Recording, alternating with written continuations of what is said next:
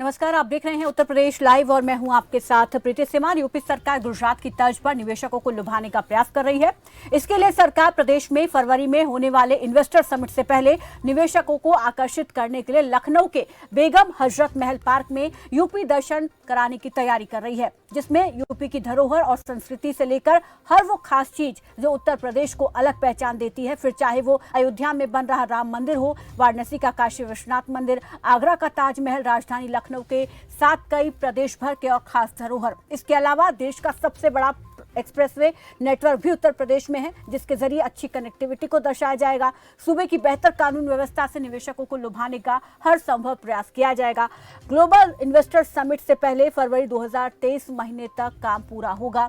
इसे waste to vendor UP दर्शन की तर्ज पर विकसित किया जाएगा। और वहीं दूसरी तरफ योगी सरकार नोएडा में प्रस्तावित फिल्म सिटी के साथ अब गोरखपुर में 100 एकड़ में रीजनल फिल्म सिटी बनाकर आंचलिक सिनेमा को आगे बढ़ाने के लिए प्रयासरत है, जिससे भोजपुरी फिल्म इंडस्ट्री को बढ़ावा मिलेगा।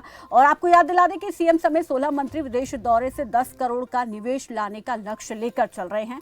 और जब फरवरी में निवेशक प्रदेश में आएंगे तो उन्हें समिट से पहले यूपी दर्शन कराए जाएंगे, जिससे सरकार के इस प्रयास से अर्थव्यवस्था को पंख लगने की भी सरकार की कोशिश यहाँ पर दिखेगी कि सरकार अर्थव्यवस्था को और पंख लगाने के लिए जिस तरीके से कोशिश कर रही है, वो कोशिश कितनी रंग लाएगी ये देखना होगा। निवेशकों से जहां निवेश आएगा वहीं रोजगार के अवसर भी पैदा होंगे। इसी पर आज हम बात करेंगे। इससे पहले हमने देखा कि 3 ग्राउंड ब्रेकिंग सेरेमनी योगी सरकार करवा चुकी है, जिसके माध्यम से कई हजार करोड़ का निवेश जो है उत्तर प्रदेश में आया है। और अब अगले साल होने वाले इन्वेस्टर समिट में भी सरकार जो है 10 लाख करोड़ का जो है लक्ष्य लेकर चल रही है। और उसके लिए यहाँ पर बता दें कि मेहमानों को लुभाने के लिए सरकार की तरफ से यूपी दर्शन का जो कार्यक्रम है उसके तहत इस पर फंड जारी कर दिया गया है। और बेगम हजरत महल पार्क में पूरे उत्तर प्रदेश को दिखाया जाएगा। कहेंगे कि पूरे उत्तर प्रदेश की झलक जो है यहाँ पर एक जगह पर देखने को मिलेगी। कहीं ना कहीं इससे मेहमान जो हैं वो काफ़ी ज़्यादा आकर्षित होंगे। और दूसरी ओर गोरखपुर में लगातार एक के बाद एक सौगात दे रहे हैं। इसी कड़ी में रीजनल फिल्म सिटी बनाने का जो प्रस्ताव रखा गया है वो भी कहीं ना कहीं गोरखपुर के विकास के साथ साथ फिल्म सिटी को यहाँ पर की सरकार की कोशिश है। नोएडा में फिल्म सिटी और अब रीजनल फिल्म सिटी गोरखपुर में 100 एकड़ में बनेगी। इससे और रोजगार के अवसर बढ़ेंगे। तो $1 ट्रिलियन की अर्थव्यवस्था बनाने के लिए सरकार लगातार प्रयासरत है। लखनऊ के ऐतिहासिक बेगम हजरत महल पार्क का सौंदर्यीकरण किया जाएगा। बेगम हजरत महल पार्क में यूपी दर्शन हो पाएंगे। विदेशी मेहमानों को लुभाने की ये सरकार की तैयारी है। बेगम हजरत महल पार्क में मेहमान यूपी के दर्शन कर पाएंगे और यहाँ पर पूरे उत्तर प्रदेश की झलक जो है वो दिखाई देगी। उत्तर प्रदेश की तमाम वो बड़ी खास चीज़ें जो एक अलग पहचान उत्तर प्रदेश को देती हैं, वो सभी चीज़ यहाँ पर दिखाई देंगी। वेस्ट टू वंडर यूपी दर्शन की तर्ज पर विकसित होगा। वेस्ट चीज़ों से इन्हें बनाया जाएगा। धरोहरों की रेप्लिका प्लास्टिक और कबाड़ से तैयार होगी। पार्क में इमामबाड़ा, रूमी गेट, घंटाघर, अंबेडकर पार्क, जो तमाम फेमस चीज़ें हैं, राम मंदिर, ताजमहल के साथ मथुरा काशी की प्रतिकृति तैयार होगी। अगले साल फरवरी में ग्लोबल इन्वेस्टर समिट आयोजित होगा, जिसमें तमाम इन्वेस्टर पहुंचेंगे। 10 लाख करोड़ रुपए निवेश लाने की सरकार की योजना है, जिसके तहत योगी समेत 16 मंत्री विदेश दौरे पर जाएंगे। और साथ ही साथ गोरखपुर में 100 एकड़ में रीजनल फिल्म सिटी बनाई जाएगी। कला संस्कृति के विकास के साथ रोजगार के अवसर भी बढ़ेंगे। और चलिए इसी पर बात करेंगे। हमारे साथ सभी मेहमान जुड़ गए, उनका परिचय आपसे करा देते हैं। राजनीतिक संपादक संजीव कपासिया हमारे साथ जुड़ गए। इसके अलावा बीजेपी प्रवक्ता संजीव मिश्रा हमारे साथ जुड़ गए। संजीव जी नमस्कार, स्वागत है आपका खबर फास्ट पर। सपा प्रवक्ता समीर सिंह भी हमारे साथ जुड़ गए। समीर जी नमस्कार, स्वागत है आपका खबर फास्ट पर। और वरिष्ठ पत्रकार रजा रिजवी भी हमारे साथ जुड़ गए। रजा रिजवी जी नमस्कार, स्वागत है आपका भी। सबसे पहले तो संजीव जी आप ही के पास हम आना चाहेंगे, क्योंकि सरकार जिस तरीके से $1 ट्रिलियन अर्थव्यवस्था को अचीव करने के लिए लगातार प्रयासरत है, उसके तहत कदम उठा रही है। अब जिस तरीके से हजरत महल पार्क में यूपी दर्शन की तैयारी यहाँ पर सरकार कर रही है, जिसके जरिए मेहमानों को लुभाने का प्रयास किया जाएगा, उधर गोरखपुर में रीजनल फिल्म सिटी की तैयारी सरकार की तरफ से शुरू कर दी गई है, 100 एकड़ में बनेगी। किस तरीके से ये यूपी की जनता के लिए फायदेमंद रह सकते हैं, और साथ ही साथ ये भी बताएं कि इससे कितना निवेश उत्तर प्रदेश में मिलेगा?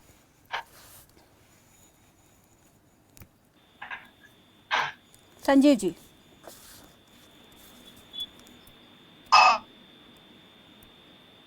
देखिए, फिल्म सिटी नोएडा में ऑलरेडी बिल्कुल रीजनल फिल्म सिटी बनाने की जो बात है, वो रीजनल फिल्म सिटी अब गोरखपुर में बनने जा रही है और उसके लिए तैयारियां शुरू हो गई हैं। और आने वाले समय में चूंकि बेगम मेहता पार्क में, लखनऊ में जिस तरीके से यूपी दर्शन की जो महत्वपूर्ण चीजें हैं, जो महत्वपूर्ण उपलब्धियां हैं, जो महत्वपूर्ण स्थान है, धार्मिक स्थान है, उन सबका समायोजन होगा और उत्तर प्रदेश को विकास के रास्ते पे आदरणीय योगी जी ले जाना चाह रहे हैं।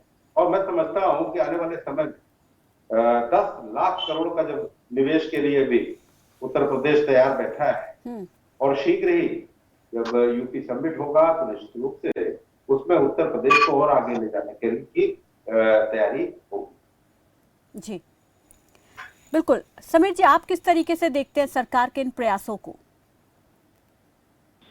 प्रीति जी, सरकार के प्रयास, समाजवादी पार्टी और मैंने भी जितनी डिबेट हुई है, इनफैक्ट अभी नहीं, अगर पिछले 6 साल में हम देखें, पुराना 5 साल का कार्यकाल और अभी ये 6-7 महीने का कार्यकाल, तो देखिए बातों में भारतीय जनता पार्टी का कोई जवाब नहीं है।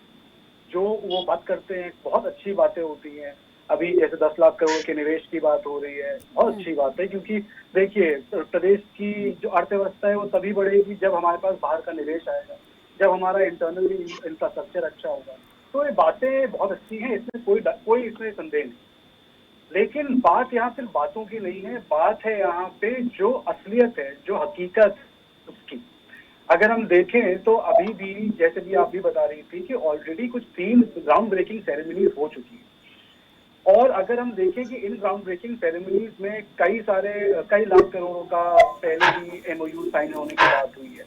इनफैक्ट जो पहला हमारा जो सबसे पहला जो समिट था उसमें कुछ 4.3 लाख करोड़ की इन्वेस्टमेंट की बात हुई थी और ये बात हुई थी कि 40 लाख जॉब्स क्रिएट। लेकिन समीर साहब, वाले 3 सालों में प्रीति जी कहाँ है ये निवेश, कहाँ है? मिल रही है आपकी आवाज? संजीव जी पूछिए। और उसके बाद जो रियलिटी होती है कि वो समीर साहब, समीर जी आपकी पार्टी को, समीर जी आपकी पार्टी को किस बात को लेकर आपत्ति है? प्रदेश सरकार यदि इन्वेस्टर समिट करती है, लाखों करोड़ के एमओयू साइन होते हैं, और जैसा फिल्म सिटी की बात है तो नोएडा में तो फिल्म सिटी बन रही है ना, और राजधानी लखनऊ में यदि इस तरीके का माहौल बनाया जाता है कि उत्तर प्रदेश में दुनिया भर के निवेशक आए, उत्तर प्रदेश में इन्वेस्ट करें, प्रदेश के लोगों का विकास हो, ये तो आपकी पार्टी भी चाहती है। तो अखिलेश यादव कहते हैं कि उत्तर प्रदेश का विकास होना चाहिए। बिल्कुल संजीव जी, और शायद इसीलिए मैंने स्टार्ट किया था कि ये बातें बहुत अच्छी हैं, क्योंकि इन्वेस्टर समिट हमारे प्रदेश के डेवलपमेंट के लिए बहुत जरूरी है। और सिर्फ इन्वेस्टर समिट नहीं, जो दूसरी भी बात हो रही है फिल्म सिटी वाली बात, वो भी बहुत बात है। लेकिन प्रॉब्लम यहाँ पे आती है कि क्या इच्छा शक्ति है, क्या सही में काम होना है, क्या सिर्फ हम इन्वेस्टर समिट करने के बाद एमओयू, लाखों करोड़ों के एमओयू साइन करने के बाद क्या वो एक्चुअली मटेरियलाइज होते हैं? नहीं, बात सिर्फ यही है कि देखिए दिखावा सब कुछ है, पेपर पे है, सब कुछ उसका प्रचार प्रसार है, लेकिन असलियत में जमीनी हकीकत है क्या? प्रदेश की जो जनता है उसको मिल क्या रहा है? क्या हमारी अर्थव्यवस्था $1 ट्रिलियन इकोनॉमी के आसपास पहुंच गई है? क्या जितने भी एमओयू साइन हुए वो मटेरियलाइज हो गए? अगर वो हैं तो कहाँ हैं? अगर वो एमओयू से जो कि आगे जॉब्स क्रिएट होनी थी, क्या वो जॉब्स क्रिएट हो गई हैं? अगर नहीं तो फिर इसको मात्र हम सिर्फ एक पब्लिसिटी स्टंट की तरह। लेकिन मुख्यमंत्री तो ये कहते हैं ना, पार्टी यही कह रही है, मुख्यमंत्री तो ये कहते हैं कि उत्तर प्रदेश का माहौल, उत्तर प्रदेश का नाम इतना खराब था, पिछली सरकारों में इतना उत्तर प्रदेश का माहौल जिस तरीके से दुनिया के सामने रखा गया, उत्तर प्रदेश के जिस नजरिए से लोग देखते थे उसको ठीक करने में समय लग रहा है। कानून व्यवस्था जिस तरीके की थी उसको दुरुस्त किया गया है, माहौल बनाया गया है रोजगार के लिए, इन्वेस्ट के लिए। तो ये तो आपकी सरकारें उत्तरदायी है ना इन चीजों को लेकर, तो आपकी, बसपा की, कांग्रेस की, ये कहते हैं मुख्यमंत्री। जी बिल्कुल, मुख्यमंत्री जी के अकॉर्डिंग, इनफैक्ट मुख्यमंत्री, देखिए मुख्यमंत्री जी जैसे प्रधानमंत्री जी का आचरण है, जैसे बातें वो कहते हैं वही बातें मुख्यमंत्री जी, और सिर्फ खाली उत्तर प्रदेश के मुख्यमंत्री नहीं, जो बाकी प्रदेशों के मुख्यमंत्री है वो भी ऐसी ही बात करते हैं। 2014 से पहले प्रधानमंत्री के अकॉर्डिंग यहाँ पे सब पत्ते पहन के घूमते थे, हिंदुस्तान में कुछ था नहीं। सारा क्रेडिट भारतीय जनता पार्टी को चाहिए कि 2014 के बाद जो कुछ भी आज जिस लेवल पे, अरे भाई आपने क्या किया, इससे अच्छा ये बताते तो ठीक रहता।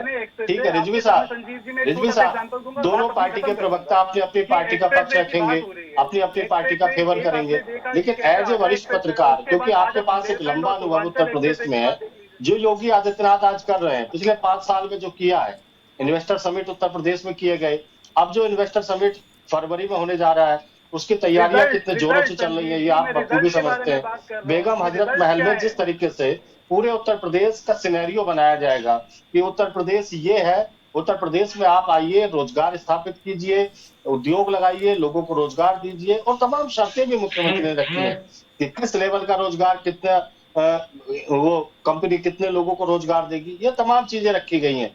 तो क्या आपको लगता है कि योगी आदित्यनाथ के जो प्रयास हैं, प्रदेश सरकार के जो प्रयास हैं, वो सही दिशा में जा रहे हैं? जी अगर इसमें कुछ मटेरियलाइज होता है तो बिल्कुल सही दिशा में। ये रिजवी साहब से जो हमारा रिजर्वेशन, ये सवाल रिजवी जी आपको आवाज मिल पा रही है? संजीव जी उन तक आवाज़ नहीं पहुंच पा रही है, जल्द ही हम उनसे जुड़ने की कोशिश करेंगे। तब तक समीर जी की बातों का संजीव जी से जवाब ले लेते हैं। कह रहे हैं कि बीजेपी बातें करने में बहुत माहिर है, ज़रा उन्हें बताइए आंकड़ों के आधार पर कि अब तक जो 3 ग्राउंड ब्रेकिंग सेरेमनी हुई है उनसे कितना निवेश प्रदेश में आया है, कितना रोजगार लोगों को और मिल पाया है, और अब इसका आगे की जो होने वाली है अगले साल में तो उसके क्या कुछ लक्ष्य रहेंगे?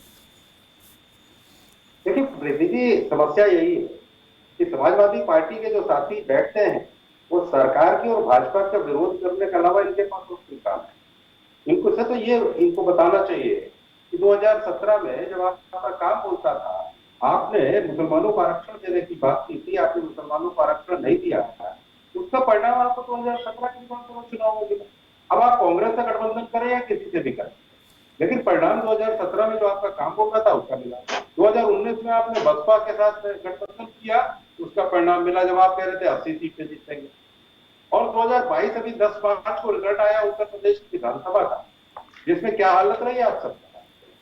ऐसे समय में केवल सरकार पर आरोप लगाने के बजाय मुझे लगता था कि आज जब हम इस महत्वपूर्ण विषय पर डिबेट में बैठेंगे तो हाँ, सभी लोग जो पैनलिस्ट होंगे वो इस बात को कहेंगे कि साहब रीजनल फिल्म सिटी अगर गोरखपुर में बन रही है तो इससे गोरखपुर का डेवलपमेंट और बढ़ेगा। लेकिन संजीव जी आपकी सारी बातें ठीक है, लेकिन जो ग्राउंड सेरेमनी पिछली 2 या 3 उत्तर प्रदेश में हुई है उसका आपको डाटा तो बताना पड़ेगा ना, कितने एमओयू साइन हुए, कौन कौन सी कंपनियां कहाँ लग रही हैं। मुख्यमंत्री प्रेस कॉन्फ्रेंस में कहते हैं कि नोएडा में लग रही हैं, पूर्वांचल में लग रही हैं, तो कुछ डाटा तो आप पेश करेंगे ना जनता के सामने।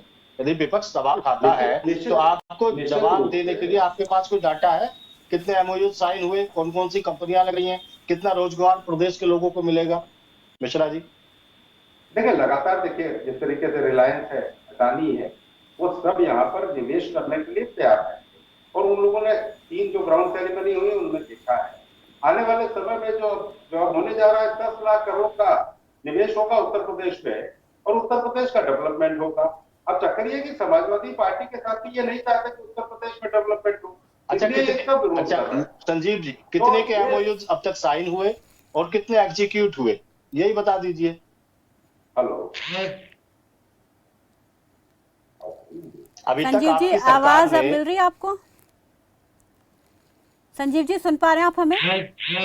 लगता आवाज नहीं पहुंच पा रही है। इस चर्चा को हम आगे बढ़ाएंगे और इस तकनीकी दिक्कत को भी दूर करेंगे, लेकिन संजीव जी यहाँ रुक रहे हैं छोटे से ब्रेक के लिए, वक्त तो चला, छोटे से ब्रेक का, जल्द लौटेंगे।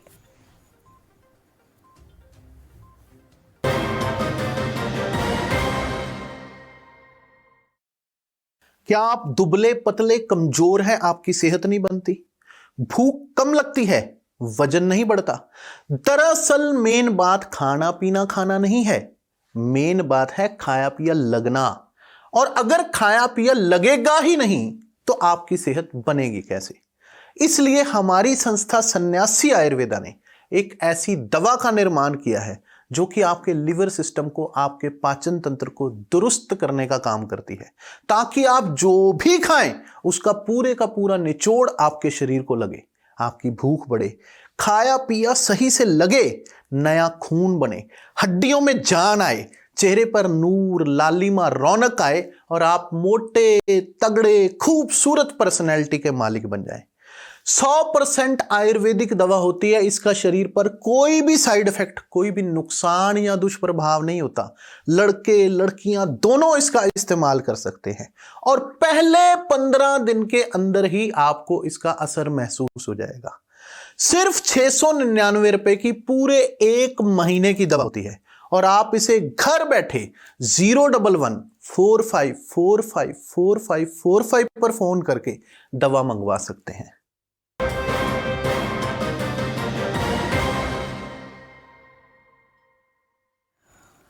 ब्रेक के बाद स्वागत है आपका। अर्थव्यवस्था को अचीव करने के लिए सरकार लगातार प्रयासरत है। $1 ट्रिलियन की अर्थव्यवस्था सरकार ने टारगेट रखा है, जिसे हासिल करने के लिए एक के बाद एक कदम उठाए जा रहे हैं। लेकिन ये कदम कितने कारगर हैं और क्या सही दिशा में जा रहे हैं, इसी पर हम बात कर रहे हैं। मेहमान हमारे साथ जुड़े हुए हैं, गेस्ट पैनल का रुख कर लेते हैं। रजा रिजवी साहब, आपके पास आना चाहूंगी। यहाँ पर जिस तरीके से संजीव जी भी पूछ रहे थे कि सरकार जो है अर्थव्यवस्था के टारगेट को अचीव करने के लिए लगातार प्रयास कर रही है और अगले साल होने वाले इन्वेस्टर समिट को लेकर भी तैयारियां जोर शोर से चल रही हैं। हजरत बेगम महल जो है उसमें एक यूपी दर्शन कराने की सरकार की तैयारी है, तो तमाम प्रयास का सही दिशा में जा रहे हैं। आप किस तरीके से देखते हैं इसे? देखिए, सही है कि यूपी दर्शन जो है वो बेगम हजरत पार्क में कराया जाएगा, दिखाया जाएगा, क्योंकि वो बिल्कुल मिड में है, शहर के बीच में है। लेकिन इससे पहले मुझे जानकारी है कि सरकार जो काम करती है वो अच्छा करती है, लेकिन कोर्ट ने एक आदेश दिया था कि साहब बेगम हजरत पार्क विकास का कार्यक्रम हो रहा है, इससे कोर्ट तो वहाँ पर अगर ये प्रोग्राम होता है तो प्रोग्राम जाहिर किया तो उसमें अगर और समझिए अयोध्या, काशी जी तो समय की बात है। अगर आप देखिए 14 रुपए की एमओ बनाता है, 3 लाख शुरू समय।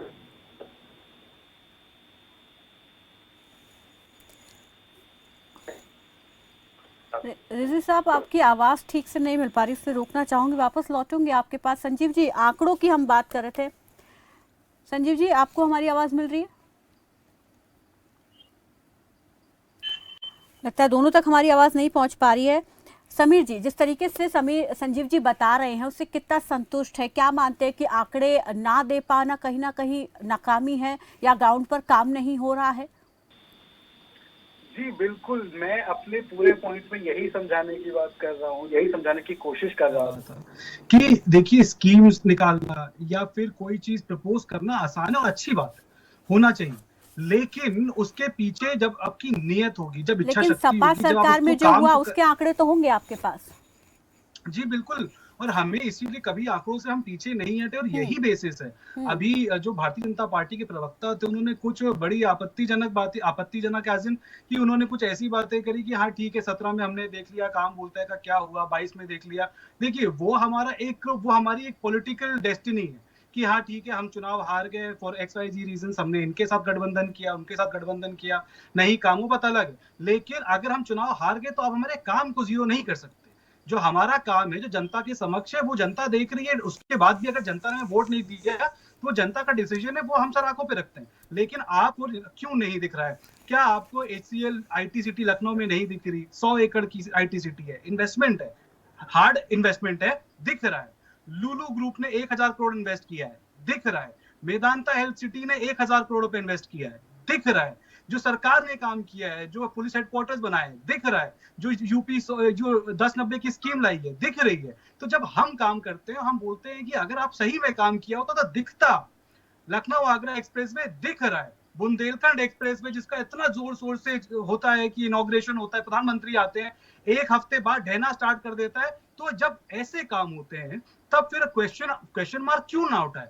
और हमारा खाली काम विपक्ष का क्वेश्चन मार्क उठाना नहीं है, सवाल करना नहीं है। लेकिन आप ऐसा काम करिए तो कि हम सवाल ना उठा पाए। जब आप कहते हैं कि जेवर में फिल्म सिटी बनेगी और योगी आदित्यनाथ जी का स्टेटमेंट है कि 2022 तक 22 के खत्म होने से पहले वहां शूटिंग स्टार्ट हो जाएगी, क्या हो गई शूटिंग स्टार्ट जेवर में जो फिल्म सिटी बन रही है? नहीं। तो इसके बाद आप बात कर लीजिए कि रीजनल फिल्म को प्रमोट करेंगे, गोरखपुर में बनाएंगे, बनारस में बनाएंगे, प्रयागराज बनाएंगे, लेकिन जब आपने बनानी ही नहीं है, सिर्फ बातें ही करनी है, सिर्फ प्रपोज ही करने हैं प्लान्स, तो फिर उसका रियलिटी कुछ नहीं है, उससे जनता को फायदा नहीं हो रहा, उससे अर्थव्यवस्था में कुछ ऐड नहीं हो रहा। तो अभी गोरखपुर रीजनल फिल्म सिटी के लिए तो इंतजार करना पड़ेगा ना, अभी तो ठीक है, अभी जमीन केवल चिन्हित हुई है। ठीक है, रजा रिजवी साहब, आपको हमारी आवाज मिल रही है? जी प्रीति जी, आवाज मिल रही है। सर, मैं चाहूंगी कि आप अपनी बात को पूरा करें, आप कुछ बता रहे थे, उस चीज को बताएं। ठीक है, बता रहा था कि इन्वेस्टर समिट 2018 में जो यूपी में हुआ, उसमें 4.28 लाख करोड़ रुपए के एमयू पर हस्ताक्षर किए गए थे। जो है उसकी इन्वेस्टर समिट से भारी औद्योगिक पेश आया है, जिसमें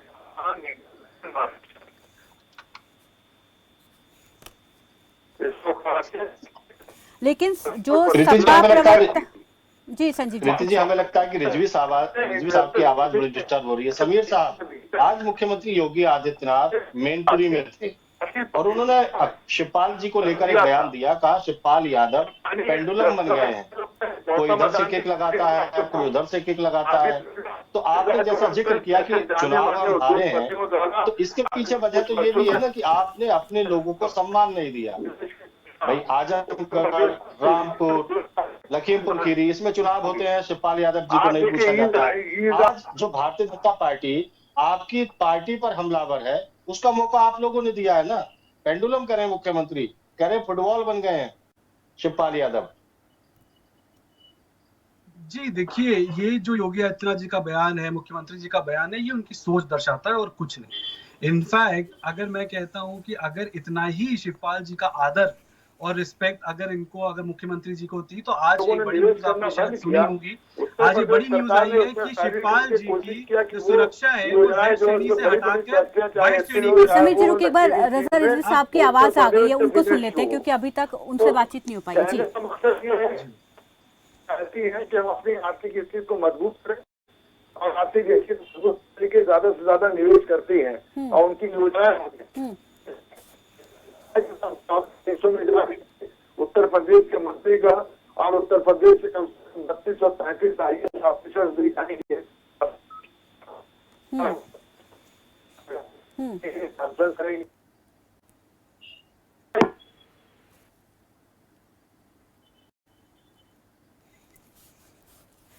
लेकिन एक सवाल यहाँ पर यह भी बनता है कि जिस तरीके से सरकार इतना पैसा लगा रही है, क्या उसके मुताबिक उस हिसाब से निवेश भी आ रहा है प्रदेश में?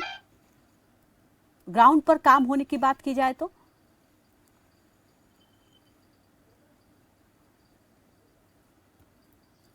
संजीव जी, मेरी आवाज आपको मिल रही है?